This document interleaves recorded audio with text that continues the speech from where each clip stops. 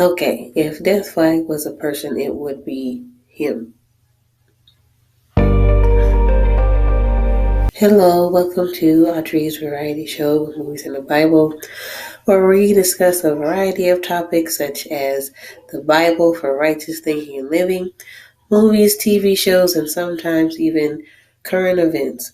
But in this segment, it's going to be from the East and weekly catching up with To Your Eternity, Idolish, and Mob Psycho 100. So let's get right into it. So for To Your Eternity, this episode we got a little bit of Bond's backstory, and I still don't like him. I still don't like the character, and like I said at the beginning of the video, how is he? Is he about to die? Because from the previous understandings of everything, that you only see the other people um, in which he's accumulated if you are about to die. But in Bond's case, he's always had spirits around him. So this is kind of an intriguing part to his character, but I still don't like his character at all. But he's supposed to be, I guess, the person to, develop Fushi into being at the very least more mature or smarter. Because at this point, it's kind of getting on my nerves. The lack of maturity and wisdom that has shown thus far. And elephant in the room, the freaking gender bender was way too much for my taste. Well, I'm not going to say way because we have this entity that can change forms. So that was to be expected to come up. But in this, it was getting a little too it was getting a little too distasteful because we have one of Bond's servants. I'm just going to keep calling him Bond because he's just a ridiculous character. But anyways, his servant, who may be a girl but has chosen to live her life as a man, and we got that kind of going on.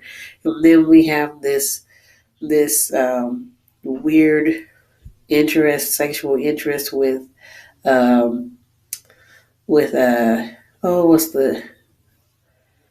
with the cult. Okay, the cult following and being a boy and all of this. Yeah. But other than that, the episode was fine. But yeah, and that's really all I have to say for this episode. I still don't like him.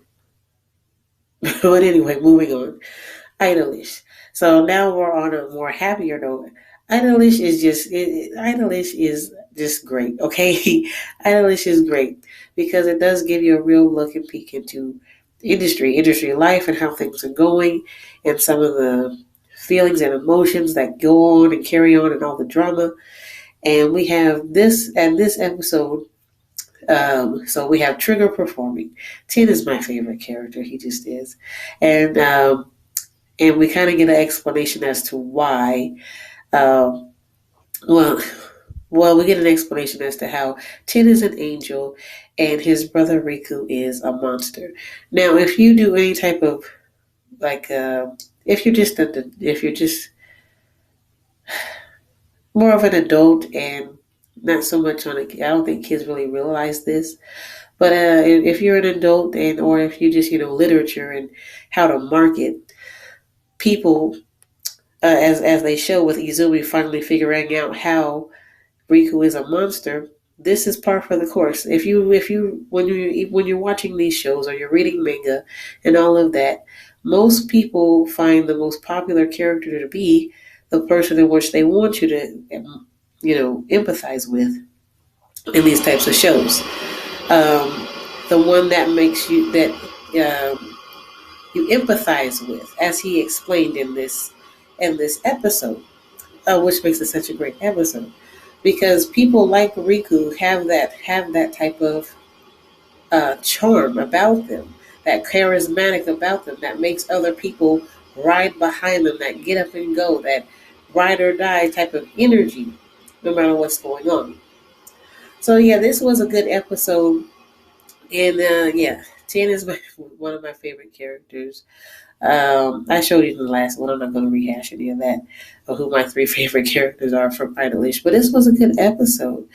And I love to hate Poison Gangster. I like because they always know how to get you in the feels with these freaking songs, and how the episode ends with Poison Gangster again, and this revelation on Izumi's part and the manager's part of how this is coming about, and I think they're kind of trying to set up here, how these relationships with managers have kind of destroy these older men in these within the series, because if we notice, they have an obsession with Zero. They have an obsession with the people in which they are,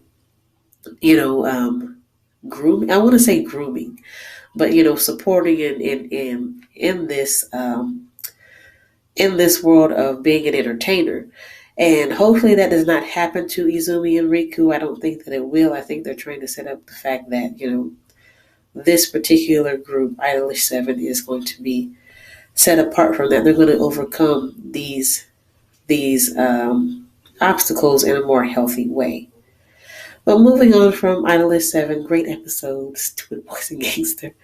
Lastly, Mob Psycho. So Mob Psycho, I'm going to catch up with 2 episodes. The last 2 episodes, I think we're 6 and 7 right now. But the last episode, we figure out who Dimple is. And Dimple was a true friend.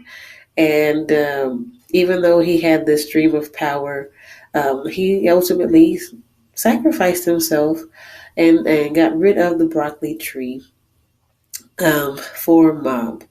And it was a very emotional episode, a good episode. And I hate that Dimple is no longer here, as I like Dimple, because Dimple told the truth. Dimple was one of my favorite characters aside from Reagan. Reagan is good too. But yeah, but I do think that, it kind of signifies that Mob has had some real growth. I mean, he's not who he was in the first season. So I will give Mob that. And it was just a very emotional and good episode. A couple of fight scenes, but not too much. And I do like the fact that we see that even though Mob reached 100%, he had full control and awareness of what was going on and what he was doing, which also showed some growth with Mob. So moving on to the latest episode, which is a complete 180 and refreshing pivot to something else, we are focusing on the Psychic Club. And the Psychic Club's the main girl, forgive me, I can't think of her name right now, has decided that she's had enough. Nobody's interested in this but me. I'm out. So, and now that this has happened, her crew is rethinking things and trying to show interest within the club.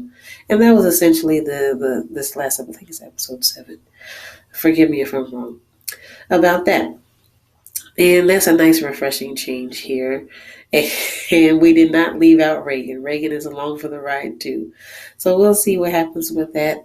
So yeah, the episodes were fine. The animation was fine and all of that. But this particular episode, it was all right. Nothing too extravagant happened.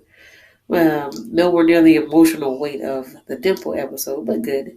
But yeah, that's all for this week's Anime from the East segment, and I will see you in the next one. Be safe, be kind, be wise. Bye-bye.